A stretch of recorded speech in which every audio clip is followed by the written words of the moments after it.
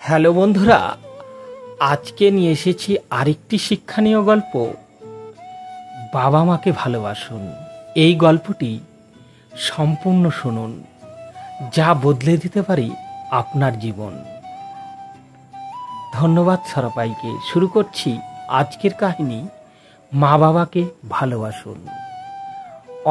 অনেক দিন আগের কথা। এক দেশে সুন্দর এক নদীর পাড় ছিল একটি বড় আপেল গাছ ছিল।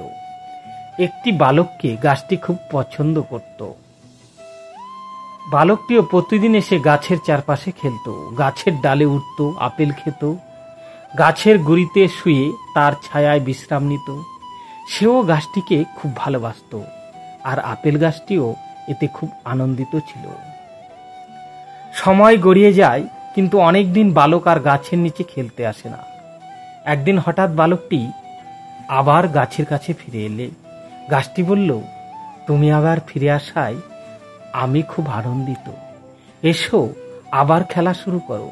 কিন্তু বালকটি শুধালো, আমি এখন আগের বালকটি নেই। এখন আমি আর গাছের গুঁড়িতে দৌড়াদৌড়ি করে খেলা করি না। আমার এখন খেলনা চাই, কিন্তু খেলনা কিনতে টাকা প্রয়োজন। গাছটি বলল, কিন্তু আমার কাছে তো টাকা নেই। তুমি চাইলে আমার সকল আপেল পেড়ে বাজারে বিক্রি করে টাকা জোগাড় করতে পারো। কথাটি বালকটির খুব মনোভূত হলো। সে সব আপেল গাছ থেকে পেড়ে ব্যাগে করে নিয়ে বাজারের উদ্দেশ্যে রওনা হলো। বালকটি খুব আনন্দিত, এবং বালকের আনন্দ দেখে গাছটিও খুব তৃপ্ত ও আনন্দিত হলো। আপেল পেড়ে নিয়ে যাওয়ার পর অনেকদিন আর বালকটির দেখা নেই সেই আপেল গাছের গোড়ায়। গাছটি খুব দুঃখ পেল। হঠাৎ একদিন বালকটি গাছের কাছে ফিরে এলো। ততদিনে সে পরিপূর্ণ যুবক। গাছটি এতে খুব আনন্দিত হলো।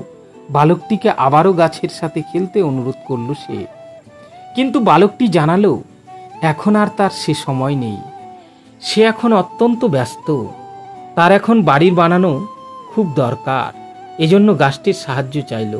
কিন্তু গাছটি জানালো, তার কোনো বাড়ি নেই, তাই তাকে সাহায্য করতে পারছে না।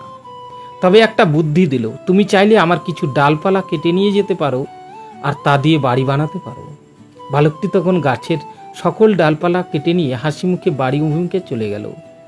পেছনে ফিরে একবারও গাছটিকে দিকে তাকালো না। বালকটির আনন্দে গাছটিও খুব আনন্দিত ছিল। এরপর অনেক দিন আর বালকটির দেখা নেই গাছের গোড়ায়। গাছটি আবারও একা হয়ে গেল।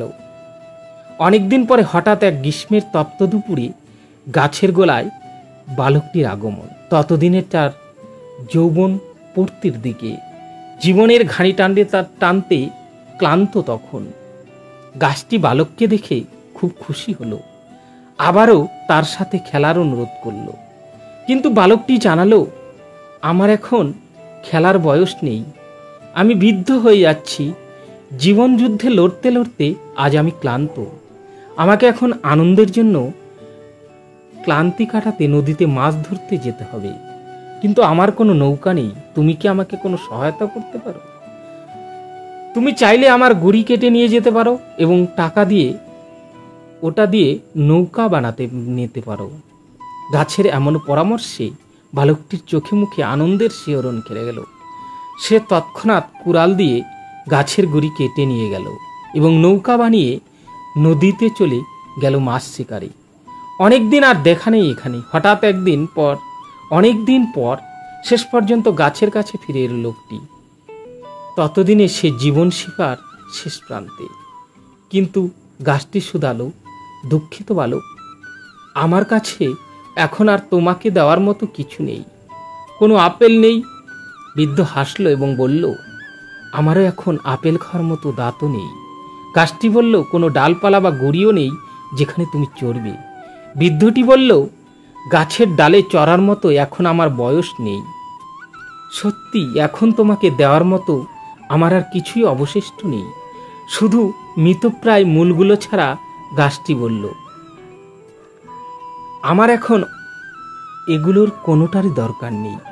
আমার শুধু বিশ্রাম নেওয়ার মতো একটা জায়গা চাই, যেখানে বসে আমি আমার এতগুলো বছরে পাওয়া না পাওয়ার হিসাবটা একটু মিলাবো। বৃদ্ধটি বলল, তাহলে মৃতপ্রায় গাছের মূল এর জন্য আদর্শ জায়গা। এখানে বসো আর ভাবো, জীবন তোমাকে কি দিয়েছে, কি দেয়নি, কি করা উচিত ছিল আর কি করা ঠিক হয়নি। গাছটি বলল। লোকটি গাছের মূলে বসলো আর গাছটি অনেক আনন্দিত হলো। আনন্দে গাছের কান্না হয়ে ঝরে পড়ল। তো এই গল্প থেকে কি শিক্ষা পেলাম? আমাদের প্রত্যেকের জীবনে এমন একটি আপেল গাছ আছে, আর তা হলো আমাদের পিতামাতা। এবার গাছটির ত্যাগগুলোর সাথে আমাদের মা বাবাকে মিলিয়ে দেখুন।